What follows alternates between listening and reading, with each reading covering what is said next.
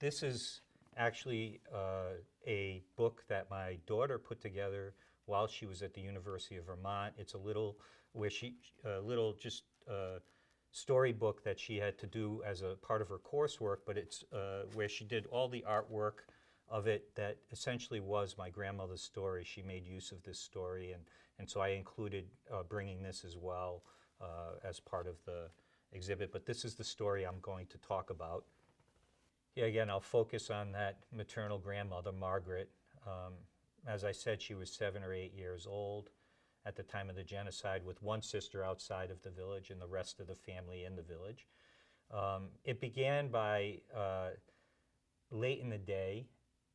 They heard gunshots and loud commotion as unofficial military of the government had moved in and surrounded the village, and they were attacking and trying to, gather all the men together. And my grandmother, her mother, her older sister who was married, and the two younger sisters, they hid in a gully alongside the vineyard. And they didn't know what was happening and what was causing this, and they didn't know she didn't know where her father was, or my great-grandmother didn't know where her husband was, but they hid in the gully. Again, this was late in the day. Afterwards, they found out that my great-grandfather was hiding on the other side of the vineyard and had survived that night in hiding. My grandmother and her sisters and her mother, they went to like the town leader.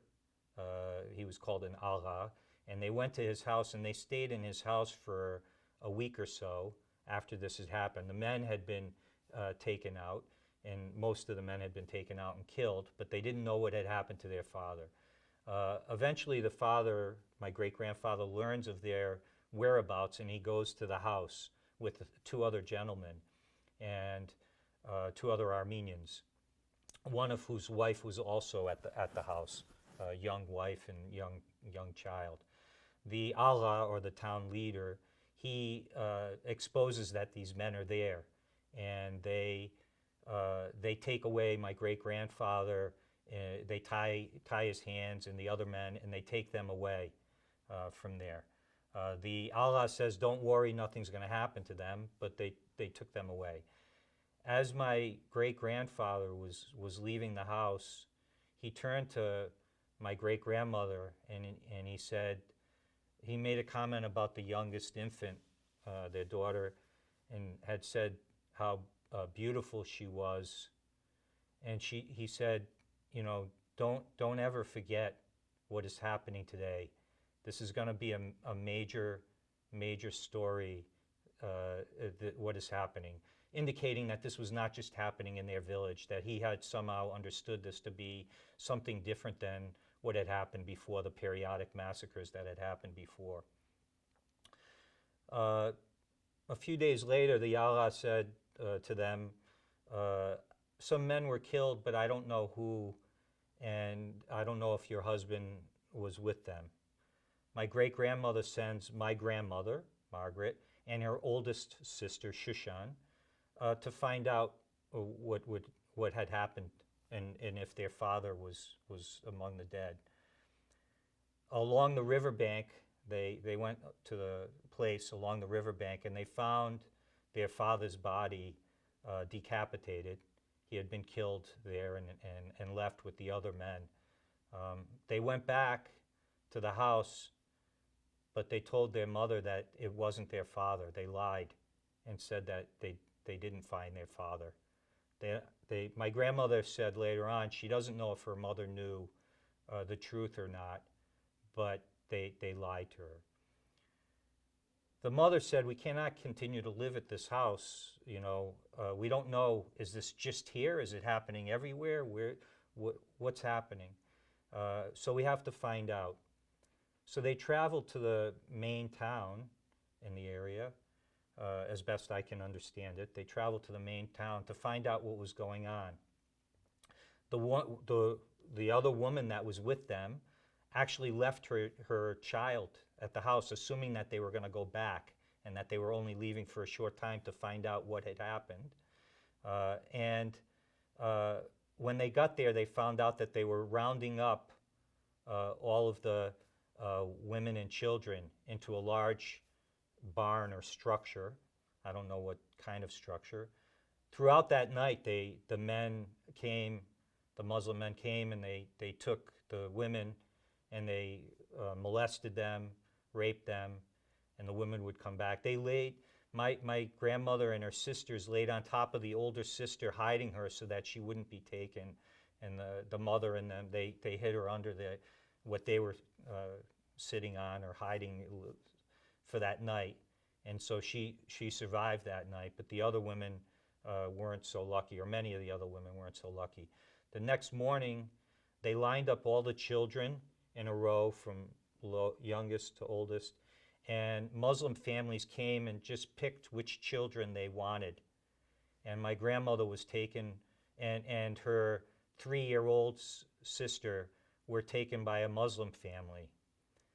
The oldest sister, Shushan, the youngest sister, and the mother were then sent on the march to the Syrian desert, and they were never heard from again. Though that part of the family was never heard from again.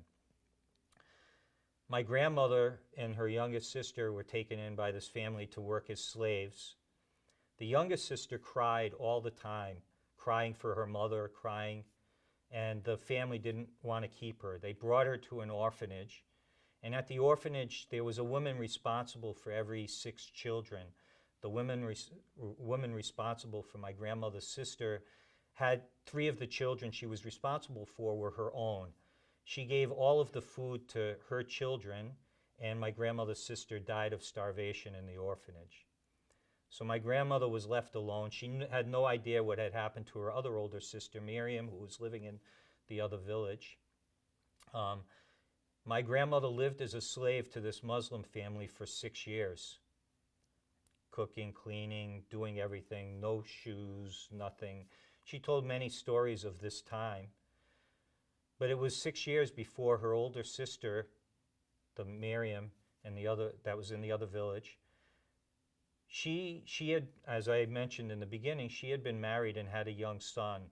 Her husband had run off to the Russian front to escape that way, but he told her, you know, just stay alive. I'll come back for you. Stay alive. Some way, find a way to stay alive, and I'll come back for you.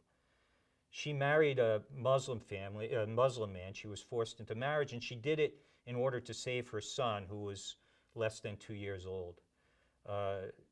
That did not happen. They took the son and they threw him into the water, and they kept pelting him with stones until he didn't surface anymore, and he was killed. I actually do not know how she survived the intervening years, those 6 years, but somehow Miriam survived, and she ended up in the major city in that area, Kharpet, which is the major town. And by 1921, it was relatively safer in the cities. And she learned that my grandmother was still alive in the village as a slave to this family.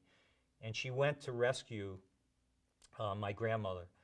The first time, my grandmother was caught and brought back and beaten by her owner. And then the second time, there was an interesting story about how she actually escaped. There was like an elderly gypsy woman that lived in the village, and my grandmother's sister went to her to try and see if she would convince the master, my grandmother's master, to release her. And in the superstition of the time, she said that the master is going to become almost insane, like act like a donkey, she said. And in fact, my grandmother said this is something that happened to the owner. He started to either lose his mind of guilt or whatever, I don't know. But his son was going to school elsewhere, and so he sent my grandmother and another servant girl to go bring food to his son in this other village. It was or this other place where he was going to school. And as soon as they got outside the village, my grandmother said, "I am not going back. I'm going to, escape at this point." So she ended up going to where her sister was. The master came after them, and he convinced the other girl to go back. And my grandmother said that girl was killed, but she told the master there was no way she was going back, and because they were in this major town where he couldn't do anything, she was able to escape at that point. And her sister was working in a bakery, and that's how they lived at that point. But that was 1921 when she finally escaped from her servitude to this Muslim family after 6 years. So if you think about the story of the genocide, I consider this to encompass kind of all of the aspects of it. Her father was killed on the spot. She was taken as a slave herself. Her sisters and mother were sent on the march and never death march, and her elder sister was forced into marriage. This is essentially the entire experience of the genocide